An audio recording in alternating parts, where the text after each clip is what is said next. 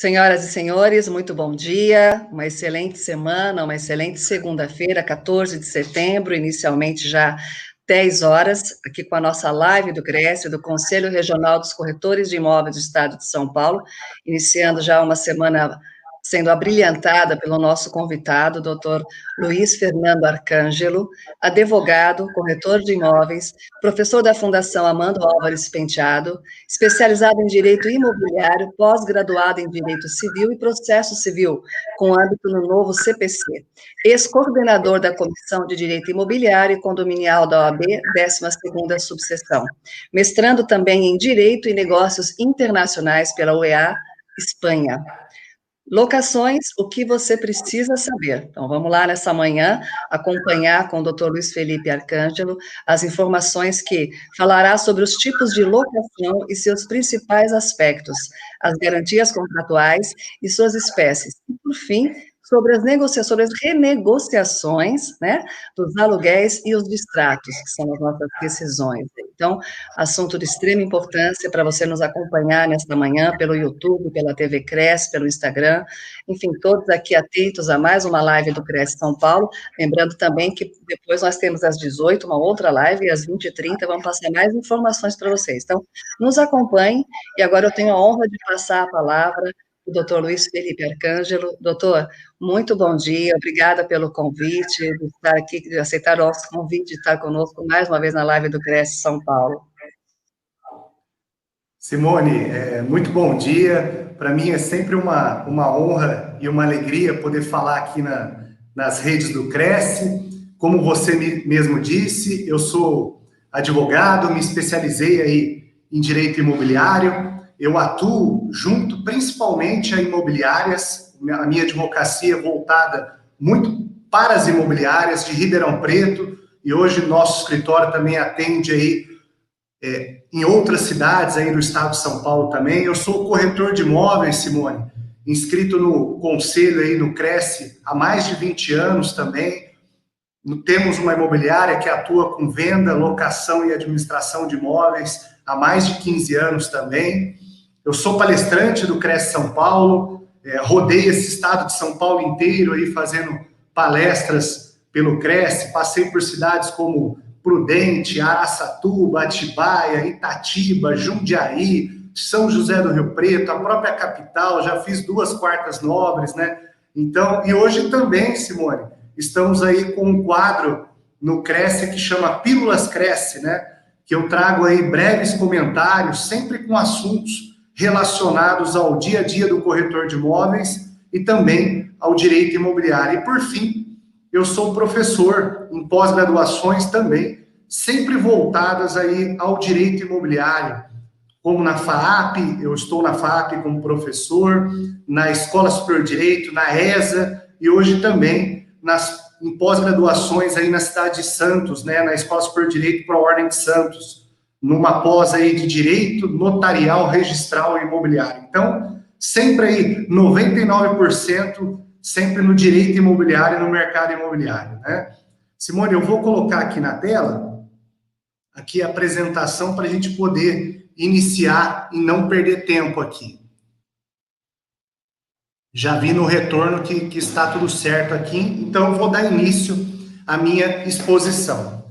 Vamos lá, pessoal. O assunto que nós nos dispusemos a falar hoje é locações. O que você precisa saber?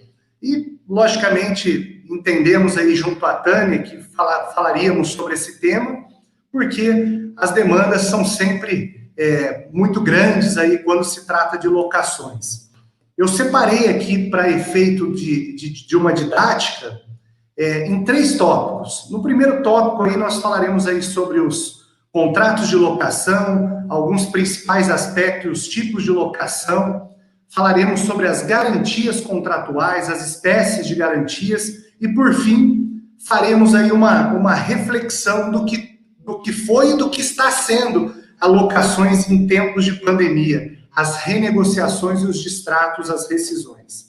Então, para não perder tempo aí, para a gente poder deixar aí os últimos 15, 20 minutos para as perguntas, né, Simone? Eu já iniciarei aqui, e como de costume nas minhas aulas e nas minhas palestras, trarei um breve histórico aqui, da onde vem a nossa a locação de imóveis, né? E não seria diferente, que vem aí do direito romano. E o direito romano, ele sistematizava o instituto de nome locatio condutio e subdividia ali em 3 espécies. Na primeira espécie, olha que interessante, olha de onde vem a figura do locador e a figura do inquilino, né? Na primeira espécie, que era denominada locatio rei, o locator cedia temporariamente ao conductor, que era chamado de inquilinos. E era chamado de inquilino, tratando-se aí de prédio urbano, e colunos, por outro lado, se fosse rural. Então, podemos ver aí a figura do locador e a figura do inquilino, que são as principais figuras aí na locação de imóveis. E essa mesma modalidade aí resultou no que a gente chama nos dias atuais aí de locação de coisas infungíveis, muito embora o direito romano naquela época tratava apenas como imóveis. Já na segunda espécie, a locatio operarum, uma pessoa se obrigava a prestar um serviço independente do resultado que era obtido e, para tanto, cobrava uma contraprestação ali que era chamada de mercês. Esse instituto desenvolveu-se, dando lugar aí que a gente chama hoje de locação de serviços. E para fechar, na terceira espécie, a locatio operis faciente, que o serviço era contratado como um todo, independente do tempo e do esforço que era empregado, o que hoje configura aí o Instituto da Empreitada, da locação de obra ou do contrato de empreitada. E esses institutos aí que se agrupavam, formando aí espécies do gênero de locação que nós chamávamos aí de locatio condutio, lá no direito romano, com a evolução da sociedade, das relações jurídicas, eles passaram a ser figuras completamente autônomas uma das outras. E um exemplo claro que a gente tem disso é a locação de serviços, que teve aí suas disposições esvaziadas pela consolidação das leis do trabalho e hoje só se aplica no caso de não haver vínculo trabalhista. Legal? Indo adiante aqui, um breve conceito aí que a gente faz de locação. O que é o contrato de locação, né? É aquele contrato pelo qual uma das partes, que é o locador, cede à outra, que é o locatário, o direito de uso e gozo de imóvel, a ser retribuído aí mediante o pagamento de um aluguel durante um determinado período de tempo. Ou, sendo mais direto, é a transferência da posse provisória de um imóvel de sua fração mediante o pagamento de um aluguel. Esse é o contrato de locação. E aqui tem que haver o pagamento do aluguel. Por quê? Porque se não houver o pagamento do aluguel, nós estaremos falando aí de comodato e não de aluguel. Já avançando aqui, pessoal, quem regula todas essas peculiaridades e particularidades da locação predial urbana é a Lei 8.245/91, que é a chamada Lei do Inquilinato, né? É ela que regula todas essas particularidades da Lei de Locação de Imóveis e que também teve a reforma da lei através da Lei 12.112/2009, que é a chamada Nova Lei do Inquilinato, mas sem prejuízo também daquelas outras disposições que estão ali no Código Civil e nas leis especiais que tratam de outras espécies de contratos de locação, que eu falarei aqui um pouquinho para vocês também. Só que eu queria só uma curiosidade aqui para vocês, porque ora se fala em locação de imóveis urbanos e ora se fala em locação predial urbana. É importante a gente entender que mesmo que aqui essa nomenclatura locação predial urbana se remete a uma ideia de prédio, e não, porque prédio, na verdade, vem da palavra praedium do direito romano. E praedium no direito romano significava imóvel construído ou não. Então, no caso, locação predial urbana ou locação de imóveis urbanos é a mesma coisa. São diferentes, duas nomenclaturas que tratam da mesma coisa, incluindo aí a locação de terrenos também.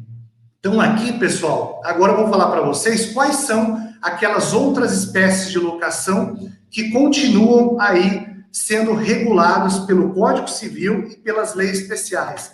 E são justamente aquelas que estão no parágrafo único do artigo 1º, tá? Que continuam esses tipos de locação a ser regulados aí pelo Código Civil e pelas leis especiais. E quais são elas?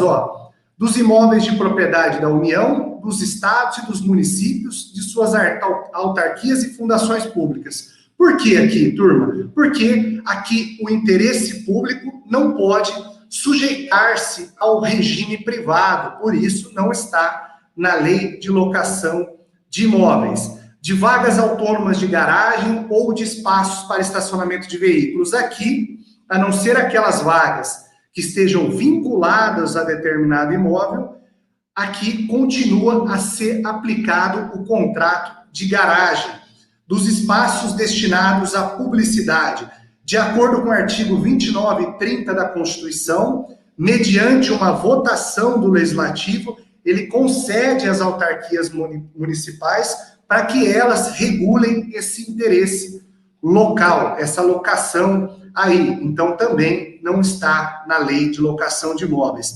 E aqui, importante esse item 4 aqui, que fala sobre os apart-hotéis, hotéis residências, assim aqueles considerados que possam prestar serviços regulares a seus usuários e como tais sejam autorizados a funcionar. Aqui eu trago o Silvio Venosa, e o Silvio Venosa fala que nesse tipo de moradia trata-se de um contrato de hospedagem e não de locação. E qual é o argumento que o Silvio Venosa traz? Que aqui o pagamento é feito na forma de diárias e não de aluguel. Por isso, não está na lei de locação de imóveis.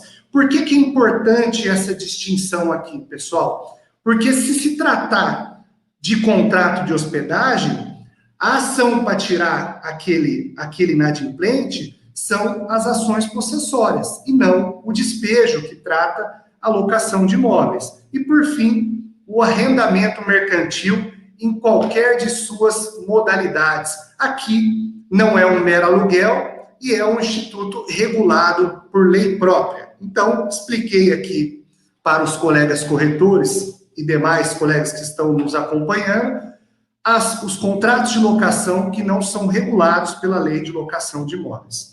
Já avançando aqui, turma, eu acho que é o principal que eu queria, logicamente, todos entendessem muito bem, é sobre o prazo dos contratos. Interessante aqui a gente falar, principalmente nas locações residenciais, tem aquele mito, né? Se você fizer um contrato de locação por menos de 30 meses, esse contrato se torna nulo e etc.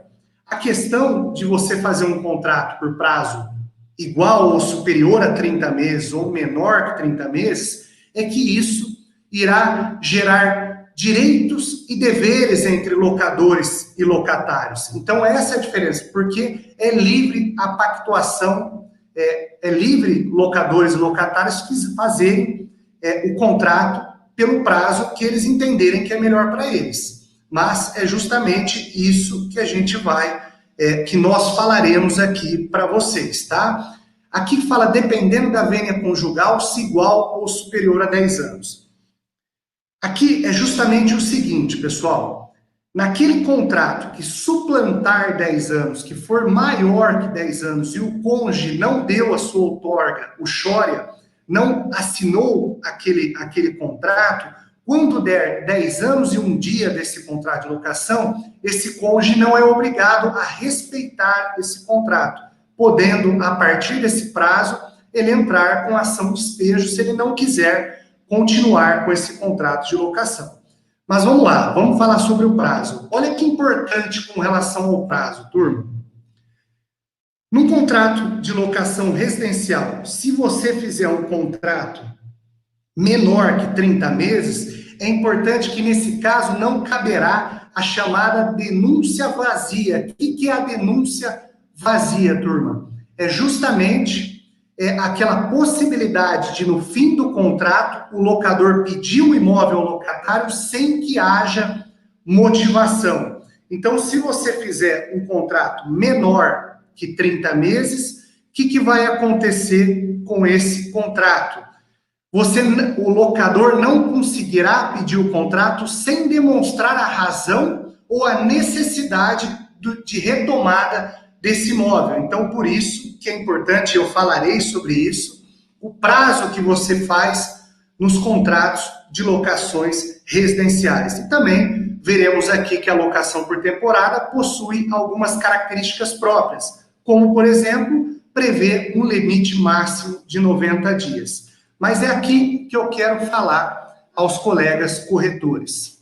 Qual é a principal característica de fazer um contrato de locação residencial por prazo certo, igual ou superior a 30 meses? A principal característica é o direito de retomada no vencimento, independente de motivação, é a chamada denúncia vazia, ou seja, findo aquele contrato de locação de 30 meses, o locador pode pedir o imóvel independente de notificação ou aviso. Basta, no fim daquele contrato de 30 meses, ele falar para o locatário que não tem interesse mais na continuidade daquela locação, independente de notificação ou aviso. E agora, vamos lá, se o contrato finalizou e o locatário permanecer no imóvel por mais 30 dias sem nenhuma oposição, sem nenhuma manifestação do locador, o que vai acontecer com esse contrato? Ocorrerá a chamada prorrogação tácita da locação por prazo indeterminado, mantidas as mesmas cláusulas e condições daquele contrato. Então, finalizou aquele contrato, o locador não se manifestou. No prazo de 30 dias, a locação se prorroga por prazo determinado, mantidas as mesmas cláusulas e condições. E agora, a pergunta que fica: quando esse contrato de locação por prazo maior 30 meses, ele está por prazo indeterminado, o locador pode reaver esse imóvel? Pode. Ele pode reaver esse imóvel a qualquer tempo, mas agora com a exigência de que ele notifique previamente o locatário, concedendo um prazo de 30 dias para desocupação. Ou seja, quando aquele contrato de 30 meses finalizou, nos primeiros 30 dias, o locador poderia ter pedido o imóvel sem motivo, independente de notificação ou aviso. Agora, quando o contrato se prorrogou por prazo indeterminado, agora ele tem a obrigação de notificar previamente o locatário, coisa que foi reafirmada, foi afirmada aí pelo STJ através da ministra Nancy, que foi até objeto de postagem aí pela colega Tássia do Ibradim essa semana, que o STJ aí reafirmou a necessidade, quando esse contrato está por prazo determinado, da notificação ao locatário para que ele desocupe em 30 dias. Então, o locador não poderá simplesmente entrar com ação de despejo, ele tem a obrigação de notificar previamente o locatário. E aqui, para a gente finalizar as questões que envolvem a locação residencial com prazo maior que 30 meses, agora, olha que importante, ó. Findo esse contrato por prazo determinado, o locador terá 30 dias para ajuizar a ação de despejo sob pena de ficar obrigado a notificar o locatário. Isso nós já vimos, mas olha que interessante, se o locador, e por que as imobiliárias têm que ficar atentas a isso? Porque se o locador, ele notificou, ele não se opôs durante os 30 dias do fim do contrato, da permanência desse locatário no imóvel, daí ele notificou o locatário, dizendo que ele tem 30 dias para desocupar o imóvel, correto? Se esse locatário não desocupar, ele vai entrar, vai ajuizar a ação de despejo. E aqui é importante a gente entender e remeter ao artigo 61 da Lei do Inquilinato, porque olha o que o artigo 61 fala.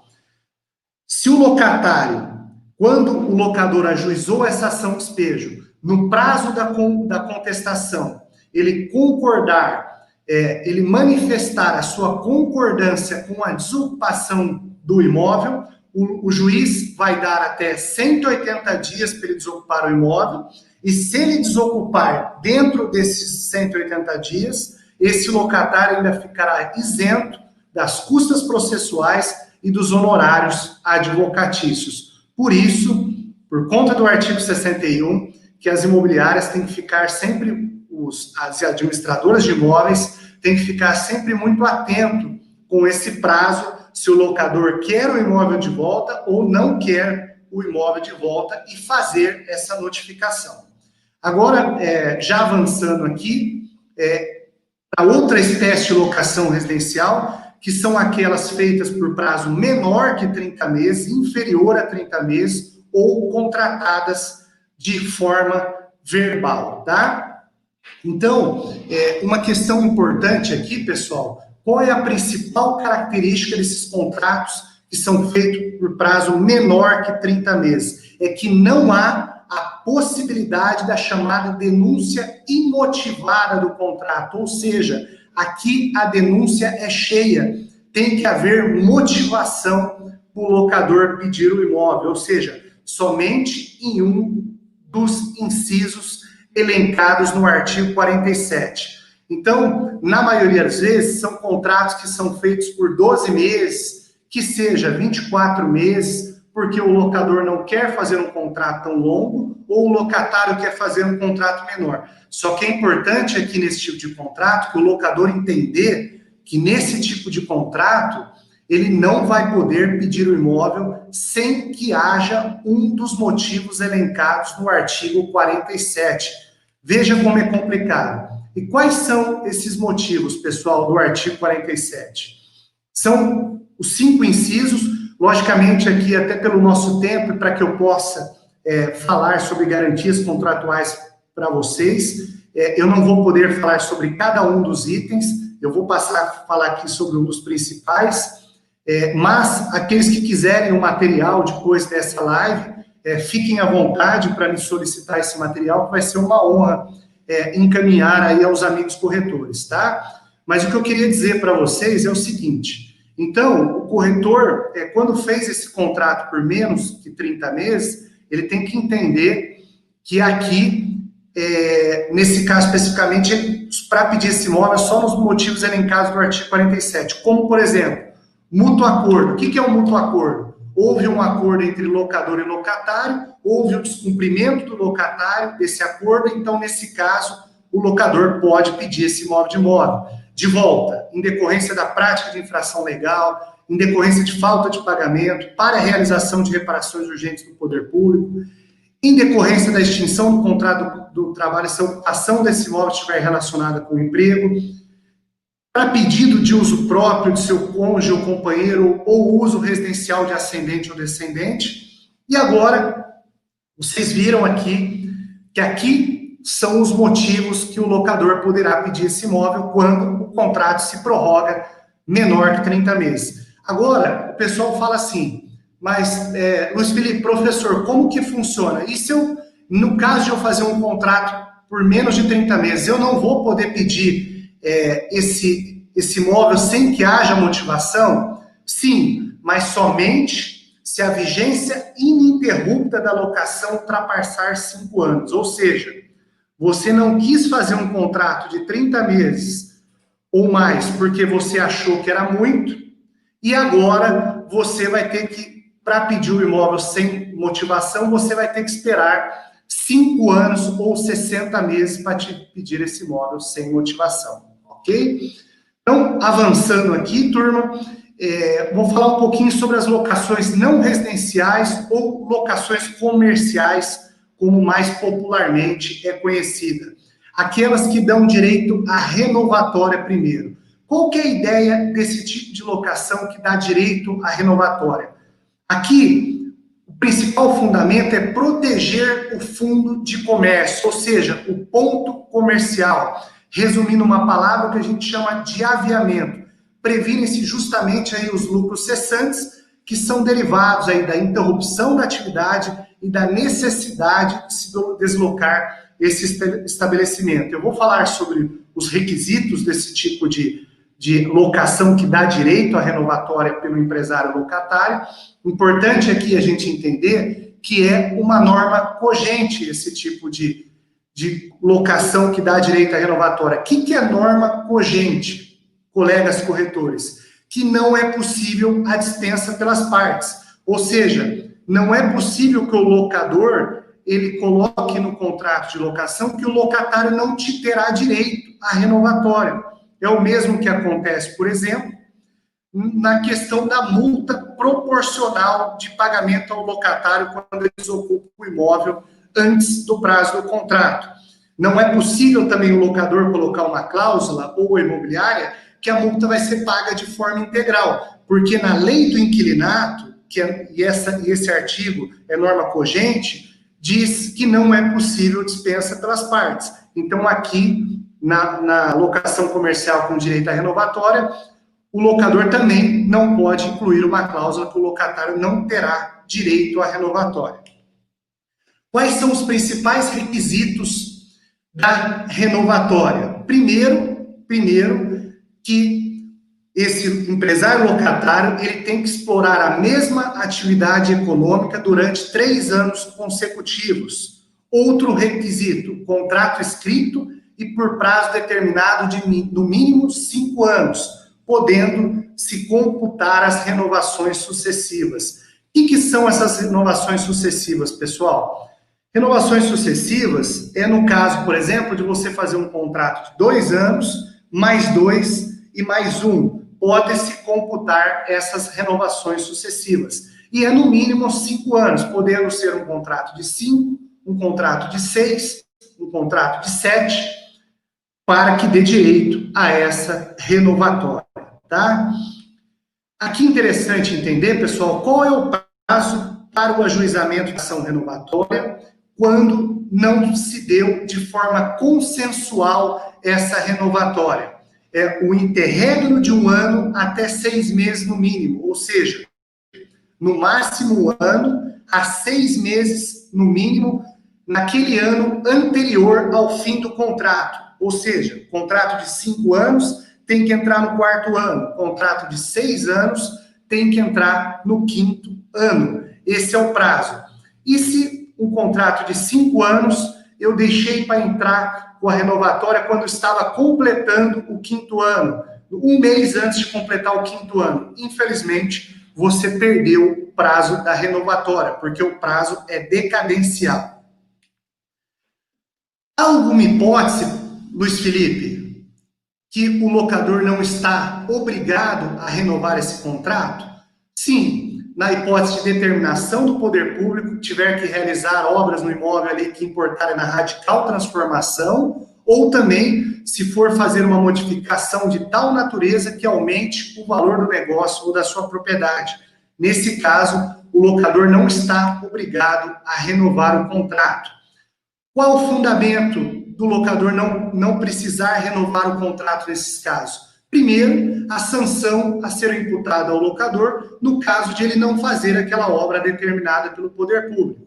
A outra, a conveniência daquele locador em retomar aquele imóvel locado para promover a sua valorização e, com isso, maximizar o valor do seu aluguel. As hipóteses estão no artigo 52. E também, se esse locador quiser utilizar o imóvel para uso próprio.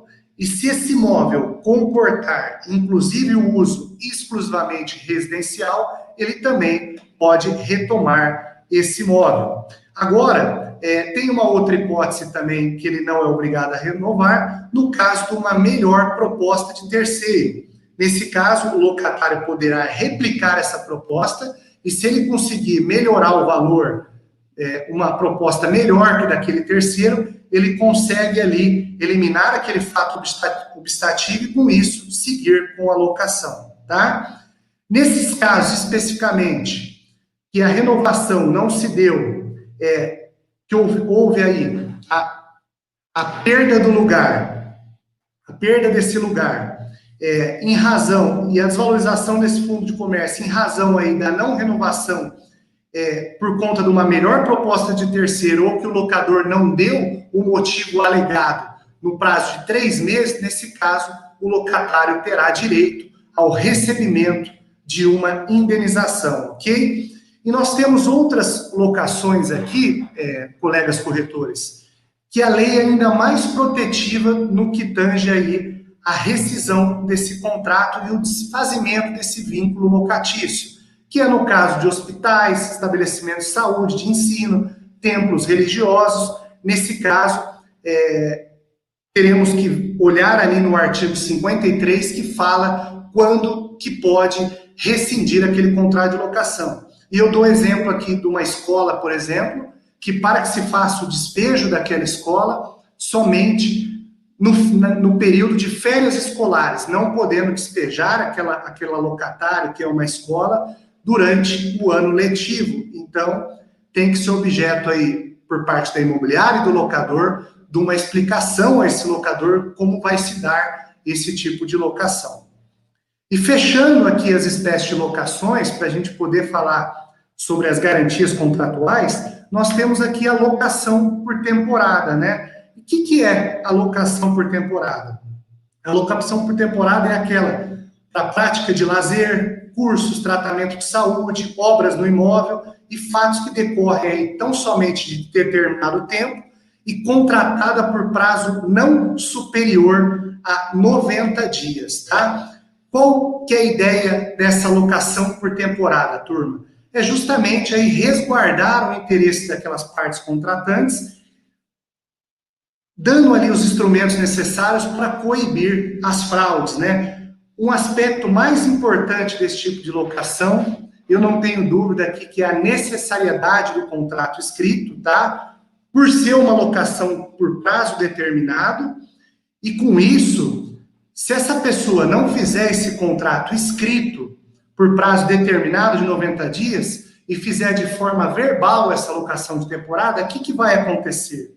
Como falava aí o nosso ex-presidente Michel Temer, né, amoldar-se-á, né, as regras do artigo 47, que foi esse que nós já vimos, ou seja, o locador só vai poder pedir o imóvel naquelas hipóteses elencadas no artigo 47. Então, se fizer a locação por temporada de maneira verbal, ela passará a ter as mesmas regras do artigo 47, tá?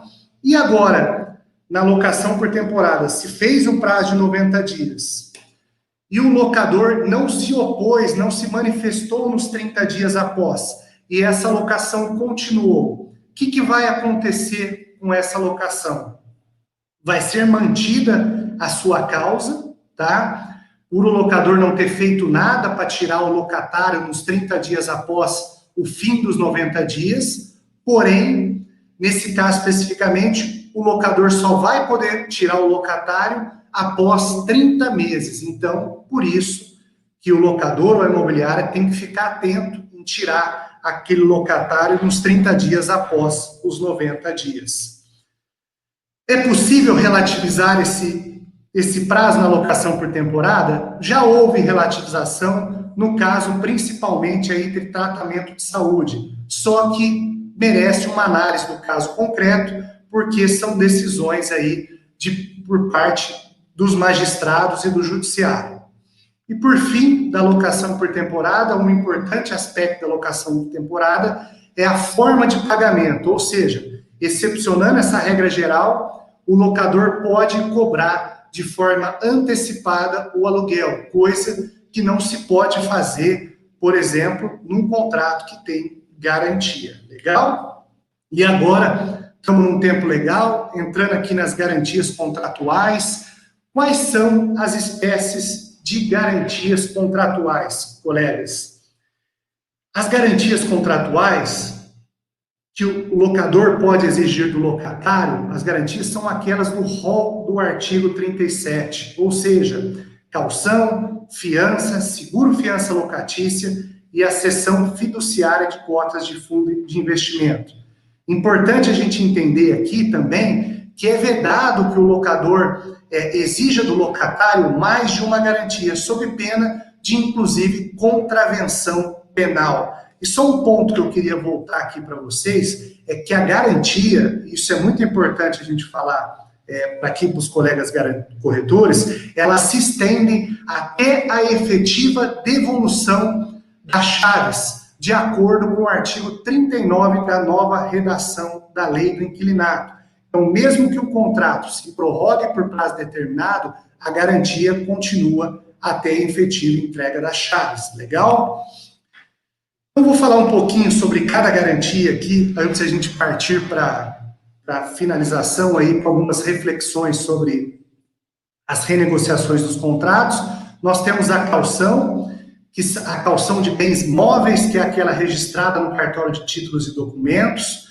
Bens móveis, o que pode ser considerado bens móveis aqui, pessoal? Veículos, por exemplo. Veículo pode ser objeto de garantia. Ou imóvel, a caução de imóvel, que é aquela registrada junto ao cartório de imóveis. E aqui interessante, pessoal, que a gente está falando aqui da caução de imóvel na figura do calcionante. E é importante a gente entender, e eu sempre falo isso muito nas nossas aulas, que calcionante não é igual fiador, tá? O calcionante, ele responde só por aquele imóvel que foi dado em garantia. Se aquele imóvel não é suficiente mais para garantir aquela locação, aquela inadimplência, infelizmente, o locador vai se ver em prejuízo, a não ser que ele exija uma outra garantia do locatário.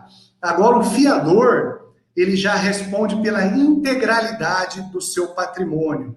O calcionante, se ele tem um único bem, que é o bem de família, ele não perde o seu imóvel. O fiador, na locação residencial, ele perde o seu imóvel. Então, na fiança, não há registros e não há averbações. Na figura do calcionante, há averbação no cartório de registro de imóveis dessa caução de imóvel, tá? Então, é importante a gente sempre entender essa diferenciação. E, por fim, nós temos a caução em dinheiro, que não pode exceder aí os 3 meses de aluguel, sendo depositado numa poupança e devolvido ao fim do contrato.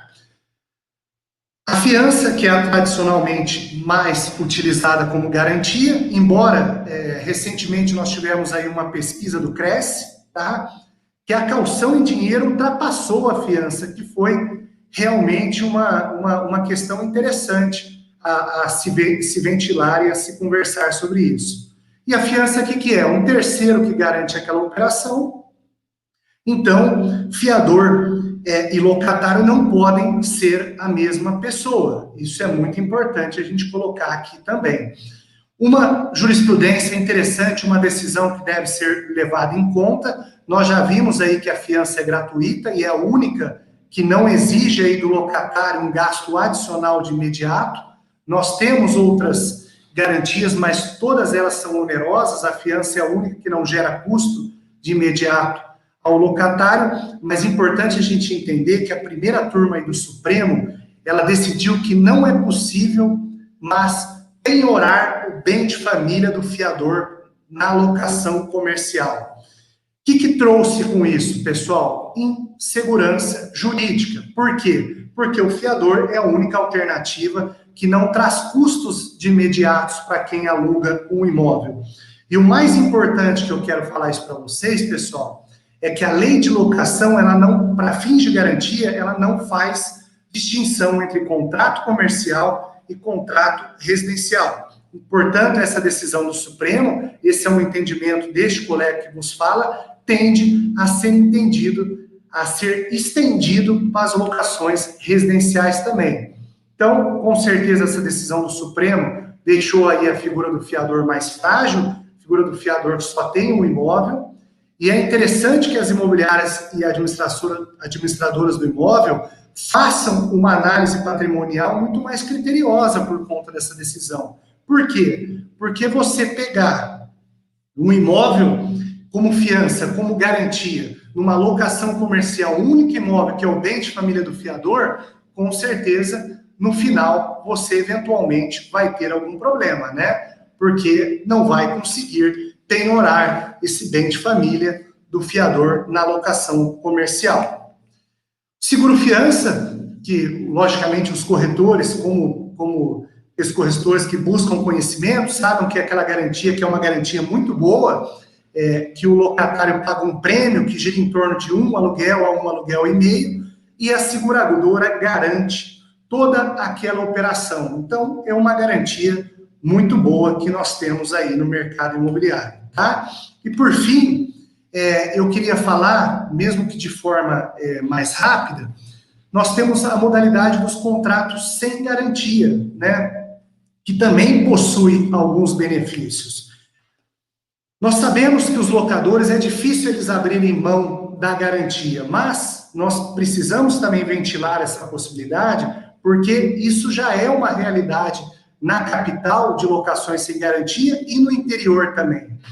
E nós sabemos que a garantia não é obrigatória, o locador pode dispensá-la. E quais são as principais vantagens e desvantagens de você fazer uma locação sem garantia? A primeira vantagem, sem dúvida, é a possibilidade da concessão da liminar do despejo, quando você tem um contrato sem garantia. Ou seja, preenchidos os 3 requisitos, que é a falta de pagamento, inadimplência e prestada caução de 3 meses, ajuizando a ação de despejo, o juiz deverá conceder a liminar, sem audiência da parte contrária, para que o locatário desocupe em 15 dias. Eu vou falar isso para vocês no final, que momentaneamente até 30 de outubro, essa modalidade de garantia, ela está suspensa.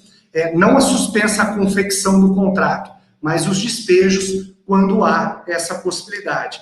E a segunda vantagem é o fato de poder receber o aluguel de forma antecipada também, tá? Não obstante as vantagens, nós temos as duas, a velocidade do judiciário, fazendo com que aquele prazo de 15 dias raramente ele seja cumprido, e a segunda é ter que prestar uma caução de 3 meses. Por quê?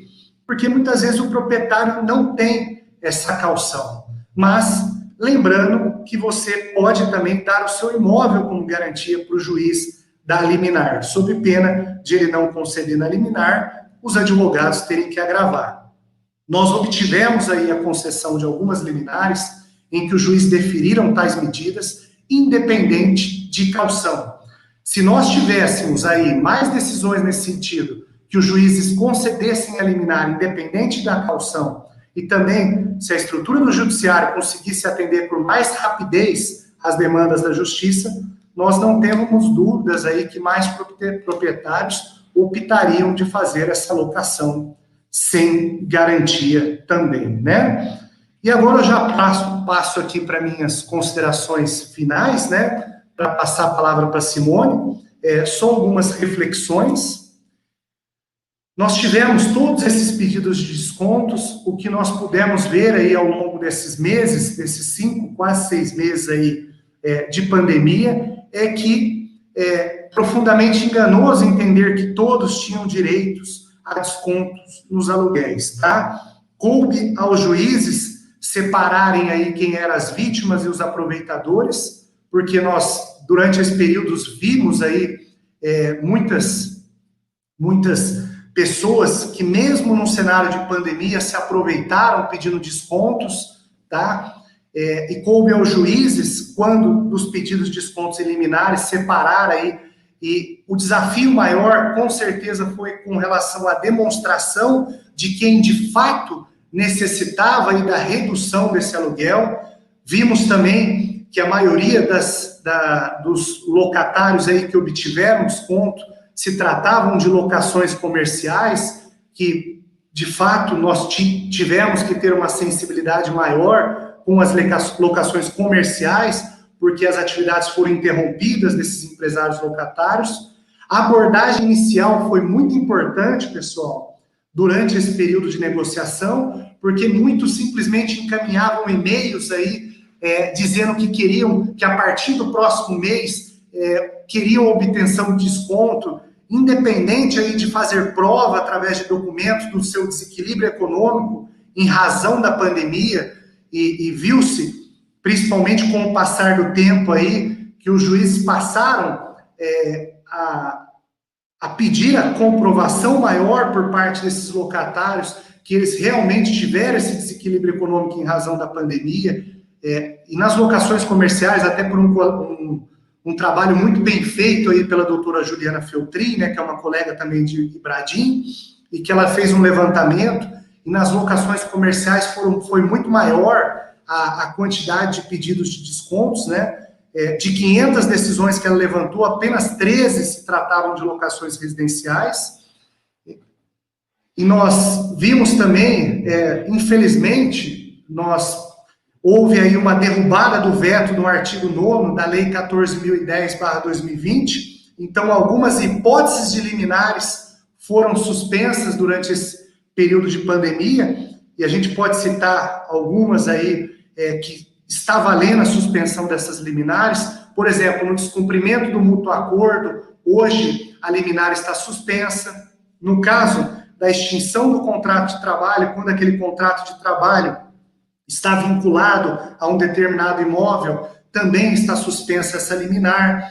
No caso do término da locação comercial, a liminar durante aqueles 30 dias também está suspenso, e principalmente no caso da falta de pagamento, quando o contrato está desprovido de garantia, momentaneamente está suspenso a liminar também por conta da derrubada do veto pelo Congresso e pelo Senado, que, ao meu ver, foi lastimável, né, essa derrubada desse veto pelo Congresso e pelo Senado. Porém, o despejo na conclusão da ação, na procedência da ação da sentença, continua normalmente. Vimos também que a formalização adequada das negociações, o aditivo, ele tem que ser utilizado só quando há um diferimento para pagamento no futuro, ou quando há garantia nesse contrato. O desconto por mera liberalidade, bastaria aí uma formalização através do e-mail, não há necessidade de fazer aditivo para todos os casos. Já partindo aqui para o finalmente, vimos também que para a flexibilização da multa ou isenção da multa contratual, tem que ser feito aí, analisar o caso concreto, porque tem uma diferença importante, que a gente até coloca aqui já no fim da nossa exposição, que é das locações residenciais para as locações comerciais. Porque nas locações residenciais, conforme a doutrina do professor José Simão, não houve limitação ou redução no direito de posse. Nas locações residenciais, o locatário continuou utilizando o imóvel sem que houvesse nenhuma redução dessa posse. Enquanto, sim, nas locações não residenciais ou comerciais, por conta do fato do príncipe e essas determinações do poder público, os empresários locatários ficaram sem poder utilizar de fato os seus imóveis, né? Então, nesse caso, seria um objeto maior, aí, segundo os artigos do professor José Simão, por parte desses locatários empresários, buscarem aí o judiciário, né? Buscando a resolução de acordo com o artigo 478, ou a revisão, a readequação dos contratos de acordo com o artigo 317, que foi o artigo mais utilizado nesses pedidos de descontos. E para quem for entrar na justiça, importante demonstrar que, de fato, aí, houve uma tentativa prévia de conciliação. Se não deu resultado, buscar o judiciário, mas demonstrando um plano de pagamento daqueles aluguéis que ficaram para trás e com todas as provas do seu desequilíbrio econômico. Daí sim, buscar aí o judiciário, que foi o que aconteceu. E boa-fé é a palavra principal no sentido da colaboração, no sentido da cooperação nesse momento, né, para buscar manter esses pactos locatícios. É o que havia aí para dizer, Simone. Eu estou olhando aqui no meu retorno aqui em cima, então se você quiser voltar aqui para que a gente possa responder alguma pergunta em tempo de responder essas perguntas, acredito eu. Dá, não, com certeza, doutor. Estamos dentro do nosso prazo aí, tá perfeito o horário, viu? E então, é boa fé, é bom senso, né, da gente equilibrar todas essas questões aí jurídicas nessa situação que estamos vivendo, né? Tem que tentar avaliar e ajudar os dois lados, né? Olha, tem várias perguntas, eu vou iniciar aqui, lembrando que nós estamos ao vivo, então, pelo YouTube, Facebook, Instagram, TV Cresce, e aqui está o Marcelo da Silva pelo YouTube. Posso alugar um imóvel sem escritura com um contrato de compra e venda? E caso o inquilino não pague, terei algum problema na propositura da ação de despejo?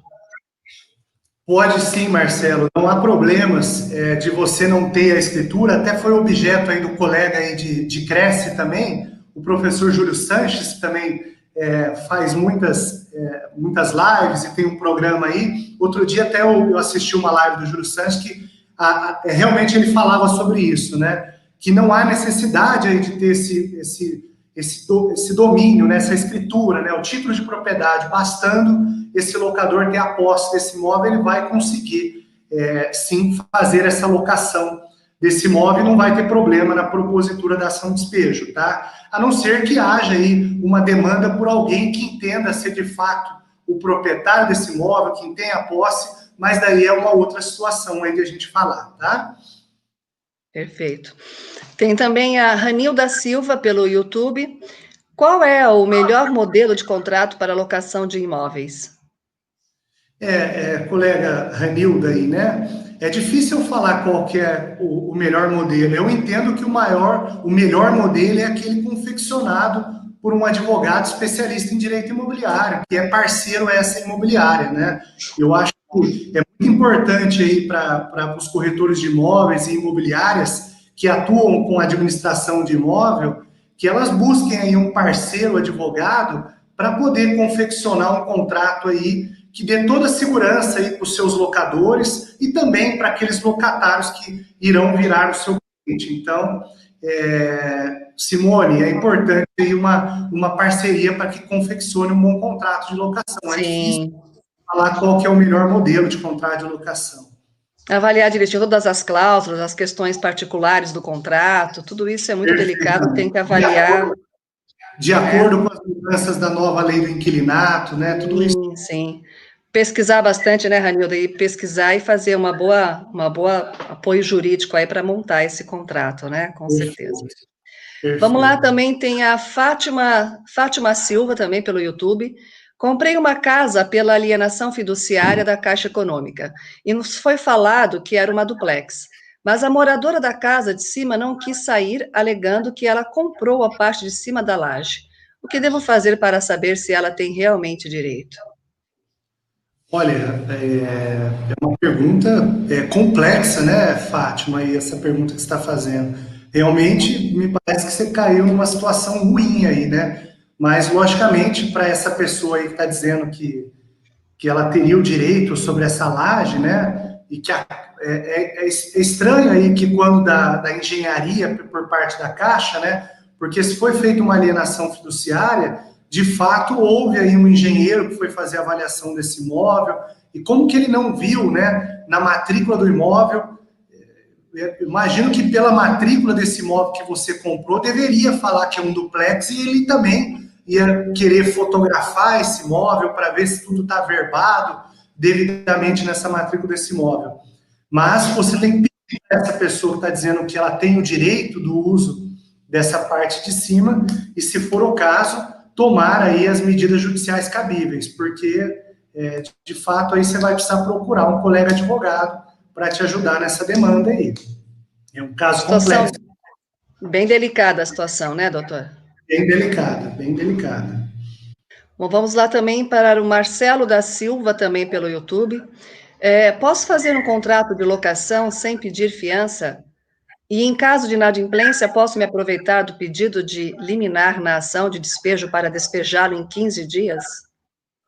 Marcelo, boa pergunta. Eu falo muito sobre esse tema. É um tema que tem até uma palestra gravada minha aí no Cresce sobre esse tema, vantagens e desvantagens da locação sem garantia. Eu falei até na data de hoje que eu posso falar para você, você pode sim, Marcelo, fazer uma locação sem garantia para entrar com a liminar quando preenchidos os requisitos que é inadimplência, contrato desprovido de garantia prestada a caução de 3 meses, para voluntariamente em 15 dias o inquilino. Só que, Marcelo, lembrando, pela Lei 14.010/2020, que infelizmente derrubaram o veto do presidente Jair Bolsonaro, então, nesse caso especificamente, até 30 de outubro, esse tipo de liminar está suspenso. Então, você pode fazer um contrato agora sem garantia, mas a liminar você só vai conseguir a partir de 31 de outubro.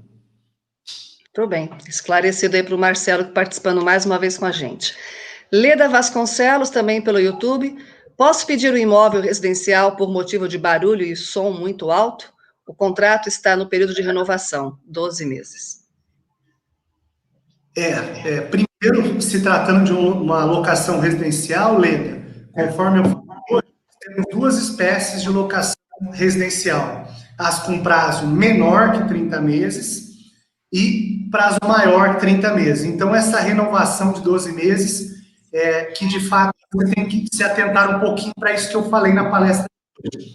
Mas o que eu quero dizer para você, o motivo do barulho seria uma infração legal ao contrato pela questão do direito de vizinhança, né? A pessoa que aluga o imóvel, ela tem que respeitar o direito de vizinhança. Então, você tem que fazer prova aí desse barulho que ela está fazendo, que está incomodando os vizinhos, para buscar aí o despejo por uma infração legal a esse contrato de locação. Perfeito, então. Jonas Emanuel, o corretor não pode exigir o aluguel antecipado, porém pode aceitar caso o locatário deseje pagar? Olha, Jonas, de fato, o corretor, o locador, né, na verdade, né, e o corretor como procurador desse locador, ele tem que se lembrar isso, que a cobrança desse aluguel de forma antecipada, de acordo com o artigo 42 da Lei do Inquilinato, é quando o contrato está desprovido de garantia, né? Mas se ele quer pagar esse aluguel aí de forma antecipada, esse locatário, nada óbvio, isso aí gere os boletos aí, dê na mão dele, ele quite esses boletos, daí é uma questão do locatário, né? O que você tem que tomar cuidado é a maneira que você vai colocar no contrato de locação, sob pena de tornar aquela cláusula ali sem efeito, porque a cobrança aí de forma antecipada não é permitida quando o aluguel, de acordo com o artigo 43, também da Lei do Inquilinato. Perfeito. Jonas Silva, pelo YouTube. O locatário é pessoa física e esse mesmo locatário pode ser fiador, sendo ele a pessoa jurídica? Quando é essa pessoa jurídica, quando é a pessoa jurídica, uma limitada e etc., são pessoas distintas. Mas quando essas pessoas jurídicas unipessoais, que são só daquela pessoa, né, só ela ali é uma sócia, daí é considerado ali, Jonas, perguntou, que tanto ele está prestando fiança para ele mesmo. Então, isso que você tem que tomar cuidado, tá? Então, essas sociedades microindividuais, unipessoais, esse tipo de sociedade não é considerado como se fosse uma figura distinta. Então, nesse caso, você vai ter problema aí de a própria pessoa estar prestando garantia para ela mesma. Tem que ficar atento com isso também. Sim. Então, vamos agora para Carlos, via YouTube. Muito bom para nós essas palestras de locação neste momento tão difícil da humanidade. Aí um comentário do Carlos, né? Nesses momentos que a gente requer ainda mais bom senso, boa fé e explicar um pouquinho sobre essa situação, né, doutor? Então, Carlos aí dando seu parecer de que está sendo bastante favorável essa palestra no momento. Adriano Leite... Obrigada. Adriano Leite, via Facebook. No caso de calção de bens móveis, como automóvel, por exemplo, o que faço para garantir que esse automóvel não será vendido na vigência do contrato? Importante sua pergunta também, Adriano. Você vai gravar no documento do veículo, tá? Vai ficar um gravando que aquele veículo, até que se encerre aquela locação, aquele veículo vai estar... como acontece numa alienação, por exemplo, de um carro, que fica alienado para o consórcio, etc., vai ser a mesma coisa. Então, tendo em vista que você vai gravar isso no documento do carro, e isso você tem que fazer um documento à parte, para poder aí fazer através de um despachante ou um poupa-tempo, gravar isso no documento do veículo, daí vai ficar impedido de fazer a venda desse veículo. Mas importante também você colocar cláusulas que esse veículo vai estar na posse daquele locatário. Por quê? É o locatário que vai estar utilizando. Para, no caso de uma batida ou de qualquer outro problema criminal, não ficar demonstrado, né, que era você que estava utilizando aquele veículo, e sim que o locatário continuou com o veículo durante a locação, até que se encerre essa locação. E no fim da locação, através de um termo de quitação ou alguma coisa nesse sentido, você vai lá e dá baixa nesse gravame aí no veículo, no documento do carro. Eu já fiz algumas nesse sentido e você não vai ter problema. Perfeito. Miguel Rugiro, também pelo YouTube. Qual o prazo para fazer a verbação do imóvel dado em garantia? Olha, Miguel, eu falo sempre isso. Eu sugiro que você faça essa caução desse imóvel, Miguel, antes de você dar a posse para o locatário, tá? Porque se você der a posse para o locatário do imóvel e ainda não deu certo aquela verbação, porque a averbação no registro de imóvel, se tiver alguma cláusula feita de forma errada, se tiver alguma coisa, vai voltar com exigência. E eu já me deparei em muitos casos que não deu certo, não obteve êxito na averbação da caução de imóvel. Daí você vai ficar prejudicado, porque você não conseguiu calcionar. Então, faça a caução do imóvel, a averbação, antes de você dar a posse para o locatário para que ele entre no imóvel. Pensa nisso, porque eu já vi muitos problemas ocorrendo por isso. Eu tenho, inclusive, ações distribuídas nesse sentido, tá? Que a garantia ficou prejudicada. Perfeito. E aqui, para finalizar também, Reinaldo Moraes, pelo Facebook. Fiz a locação de uma casa e salão para a igreja no valor de R$1.000. O pastor só quer pagar R$500. O que posso fazer? Olha, Reinaldo, boa pergunta. Eu peguei alguns casos assim, e é o que eu falei para vocês, já partindo aí para o final, né, Simone? Sobre a abordagem do locatário. A abordagem desse pastor está sendo feita de forma errada. Isso eu não tenho dúvida. Ele não deveria só falar que ele quer pagar R$500. Cadê a comprovação do desequilíbrio econômico sei lá, da locação residencial dele, ou do salão comercial que ele está dizendo aí, que ele aluga? Cadê a comprovação desse desequilíbrio? E se for o caso, se você não entender como justo, pode distribuir o despejo acumulado com cobrança. E ele que conteste lá na ação de despejo o porquê que ele pagou esse valor, porque se ele não fez uma tentativa prévia de conciliação com você, não demonstrou, não teve boa fé de demonstrar os documentos que comprovem ali a sua dificuldade em pagar as parcelas mensais do aluguel, eu, nesse seu caso especificamente, contrata um bom advogado imobiliário e distribui a ação de despejo acumulado com a cobrança dessa diferença dos aluguéis. Perfeito. É o que o senhor comentou, né, de ter a boa-fé e apresentar todos os documentos necessários, né? Eu acho que a contrapartida, os dois lados querem manter o negócio, né, favorável tanto para o proprietário quanto para o inquilino, mas tem que ter esse equilíbrio, essa boa-fé, né, doutor? Senão não dá para seguir em frente, né? É isso aí, Simone. A gente tem falado muito nisso. A boa-fé sempre foi uma palavra forte, né? Miguel Reale, o saudoso Miguel Reale, escreveu muito sobre isso, mas é a boa-fé, igual eu falei, no sentido da colaboração, da cooperação. Não, do locador não é no sentido assistencialista do locador, mas ele fazer o locatário, se for provado, para que se mantenha aquele pacto locatício, que é o maior. E o locatário, de não só dizer que vai querer o desconto, mas cadê a prova, né? Cadê a demonstração que ele está sofrendo com a pandemia? Que ele é uma e não um aproveitador, né? Tudo muito importante nesse cenário que nós estamos vivendo. Perfeito, doutor.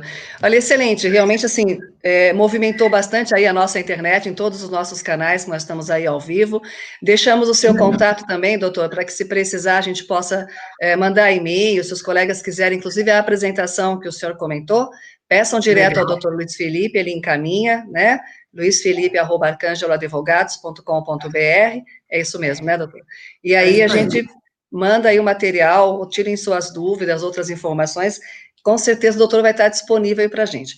E eu vou passar uma informação, vou aproveitar aqui, doutor, antes da gente finalizar, eu lhe passo a palavra novamente, e faça um convite para os demais aqui que estão nos assistindo também, ao doutor também. Hoje ainda, às 18 horas, nós temos mais uma live do Cresce, com a palestrante Rose Corduglian.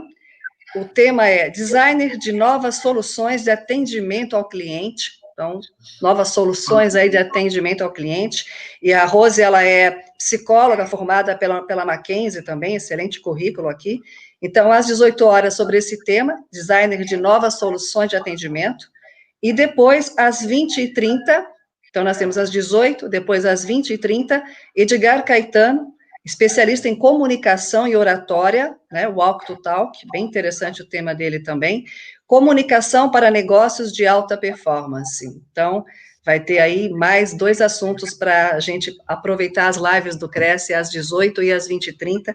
Convido também o doutor a assistir com a gente, completando aí sobre oratória, novos designers, né? Então, eu acho que é uma mescla de informações extremamente importante para qualquer profissional que está nos assistindo, para ter esse diferencial competitivo, né? Buscar oratória, buscar comunicação, buscar uma leitura correta de um contrato, você ter realmente um discernimento de como buscar as cláusulas contratuais, escrever corretamente, ter o apoio de um bom advogado. Então, isso tudo faz parte do contexto profissional, né, doutor? É isso aí, é isso aí. A gente tem sido questionado o que é importante para os corretores e para as imobiliárias nesse momento de pandemia, né? Primeiro é proatividade, no sentido de querer resolver as questões, né? De querer ir atrás para resolver. E a segunda questão é buscar conhecimento. E aqui eu deixo os parabéns aí ao presidente Viana, a toda a diretoria do Cresce, os funcionários, na sua pessoa, Simone, parabenizar todos os funcionários por esse trabalho belíssimo de palestra que está sendo feito, porque é o que a gente precisa, é conhecimento nesse momento, né?